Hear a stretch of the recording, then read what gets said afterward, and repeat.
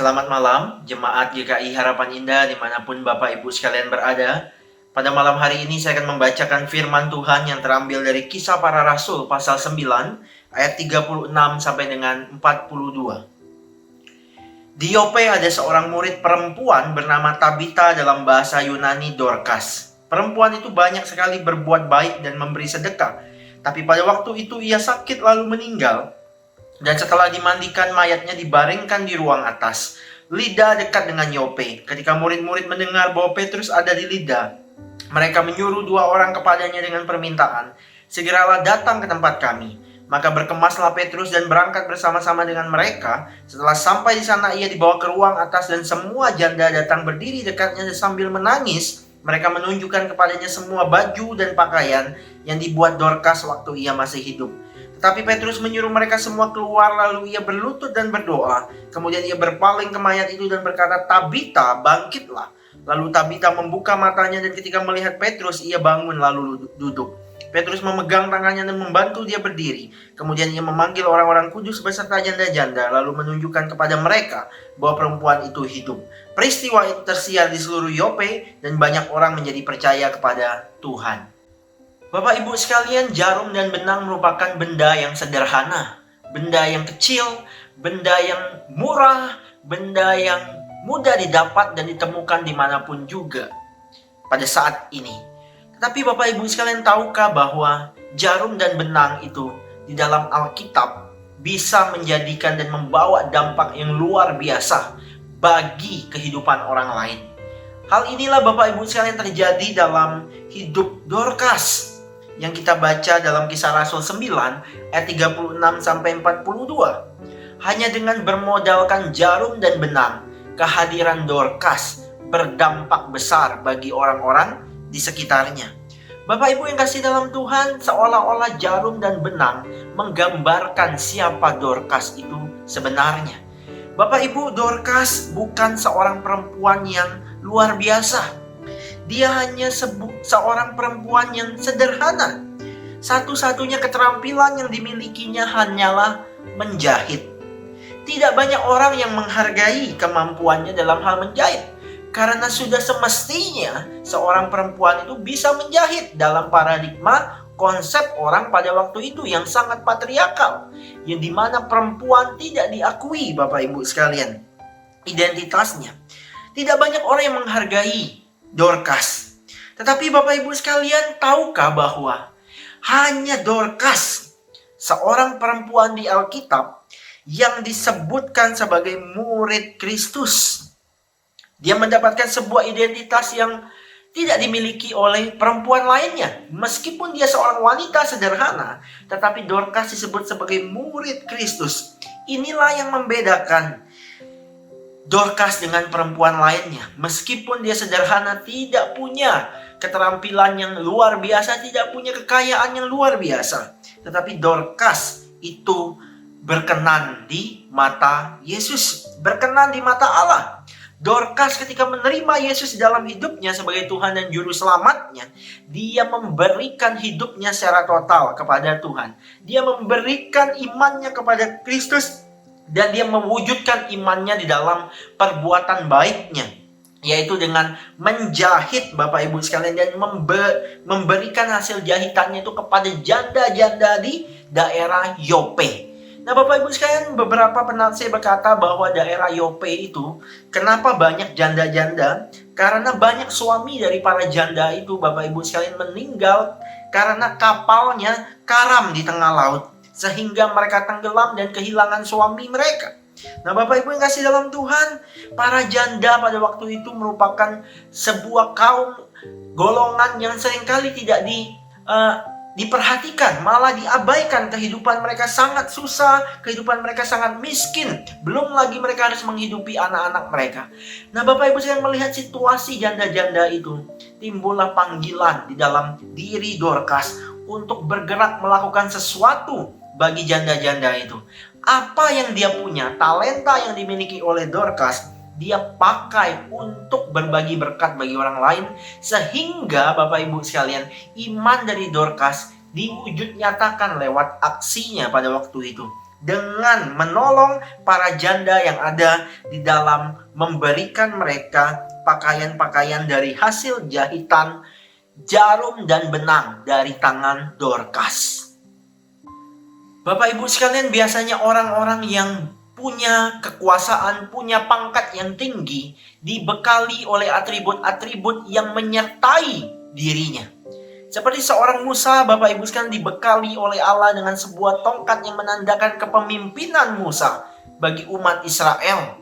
Yang menandakan bahwa melalui tongkat itu Musa adalah seorang gembala bagi bangsa Israel. Demikian juga dengan raja, Bapak Ibu sekalian, memakai jubah mahkota yang menandakan bahwa raja itu adalah lambang kepemimpinan, di mana suara dari raja itu menentukan kehidupan rakyat. Tetapi Bapak Ibu sekalian, ketika ditanya apa yang Dorcas punya, kalau saya membayangkan jikalau Tuhan bertanya kepada Dorcas, "Dorcas, apa yang ada di tanganmu? Apa yang kamu pakai hari ini di dalam hidupmu?" Mungkin Bapak Ibu sekalian, Dorcas akan menjawab, "Tuhan, aku nggak punya tongkat gembala. Aku nggak punya mahkota kepemimpinan. Aku nggak punya jubah kemahakuasaan yang menunjukkan power atau kekuasaanku. Tetapi Tuhan, yang aku punya hanyalah jarum dan benang." Nah Bapak Ibu sekalian, tetapi Tuhan kemudian berkata kepada Dorcas di dalam imajinasi saya bahwa justru lewat jarum dan benangmu itulah Injil kerajaanku diberitakan melalui tanganmu yang sederhana. Bapak Ibu sekalian, kemudian Dorcas berkata kepada Tuhan, "Tuhan, emas dan perak tidak ada padaku, tetapi hanya tangan sederhana ini yang kupersembahkan kepadamu." Bapak Ibu yang kasih dalam Tuhan, saya mengimajinasikan percakapan antara Dorcas dengan Tuhan. Ketika Tuhan bertanya kepada Dorcas, "Apa yang kamu punya yang kamu persembahkan kepadaku?" Maka Dorcas menjawab, "Jarum dan benang dan tanganku yang sederhana ini ku persembahkan kepadamu, ya Tuhan." Bapak Ibu yang dikasih dalam Tuhan, hari ini talenta apa yang telah Tuhan titipkan kepada kita? Apakah kita sudah mengembangkan dan memakai talenta kita itu untuk kemuliaan Tuhan? Ataukah hari ini kita masih bermalas-malasan untuk tidak mau memakai talenta yang telah Tuhan berikan dalam hidup kita? Bapak Ibu, hidup kita ini singkat. Mari kita pakai hidup kita untuk menjadi berkat buat semua.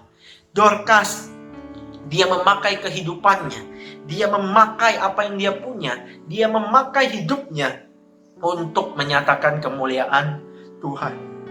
Sehingga Bapak Ibu sekalian, banyak janda-janda pada waktu itu diberkati melalui kehadiran Dorcas. Dan akhirnya Alkitab mencatat bahwa melalui hidup Dorcas pun setelah dia dibangkitkan dari kematiannya, banyak orang menjadi percaya kepada Tuhan.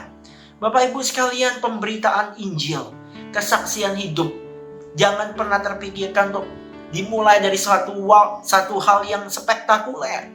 Tetapi kita bisa melakukannya dari hal yang sederhana. Apa yang bisa kita lakukan jadi berkat buat orang lain, itu akan menjadi jembatan Injil Yesus Kristus diberitakan dalam kehidupan mereka. Bapak Ibu sekalian, mari kita terus menjadi saksi Kristus dimanapun kita berada. Hidup ini adalah kesempatan. Selagi masih ada nafas kehidupan, mari kita terus memberikan yang terbaik untuk kemuliaan Tuhan. Emas dan perak mungkin tidak ada pada kita, tetapi kita masih punya tubuh kita, kita masih punya tangan kita masih punya waktu dan tenaga kita untuk kita bisa persembahkan untuk kemuliaan Tuhan. Kiranya Tuhan memberkati setiap kita sekalian. Mari kita berdoa. Tuhan, terima kasih untuk renungan singkat yang boleh kami dengarkan bersama-sama pada malam hari ini. Dan biarlah Tuhan melalui kisah hidup dari Dorcas ini, setiap kami boleh belajar dan kami boleh memakai apa yang telah Tuhan berikan dalam hidup kami untuk terus menjadi berkat bagi sesama, sehingga nama Tuhan dimuliakan. Orang-orang yang belum percaya boleh dapat tertarik sehingga mereka boleh percaya kepada Engkau juga. Tuhan, kami berdoa terus Tuhan, menyerahkan untuk masa-masa pandemi ini, ya Tuhan boleh terus memberkati, Tuhan boleh terus menolong para pemimpin bangsa ini, para tim medis di dalam memperjuangkan dari penuntasan penyebaran pandemi COVID-19 ini. Tuhan, kami merindukan Indonesia boleh segera keluar dan bebas dari masa-masa pandemi ini, dan juga kondisi seluruh dunia boleh kembali pulih ya Tuhan, dan boleh beraktivitas kembali dengan adaptasi yang baru ya Tuhan. Tuhan, kami berdoa menyerahkan untuk rangkaian kegiatan gereja kami di masa-masa yang ke depan ini, untuk setiap ibadah, untuk setiap peneguhan, pelantikan, Tuhan juga yang boleh menyertai setiap acara-acara yang ada, sehingga semua acara boleh tetap berjalan dengan lancar. Dan Tuhan, kami juga berdoa menyerahkan untuk anggota jemaat kami yang hari ini sedang sakit, bergumul dengan kehidupan keluarga mereka, pekerjaan mereka. Tuhan, Kau juga yang boleh menjamah mereka satu persatu, memberikan damai sejahtera-Mu, pertolongan-Mu bagi setiap anggota jemaat kami ya Tuhan. Dan Tuhan, kami juga menyerahkan istirahat kami pada malam hari ini. Biarlah di malam yang gelap ini, pertolongan dan pemeliharaan Tuhan boleh terus hadir dalam kehidupan kami, sehingga esok hari kami boleh bangun dalam keadaan sehat dan boleh beraktivitas kembali dengan baik. Segala kemuliaan bagi Tuhan. Kami akhiri rema kami pada malam hari ini. Di dalam nama Tuhan Yesus kami berdoa. Amin.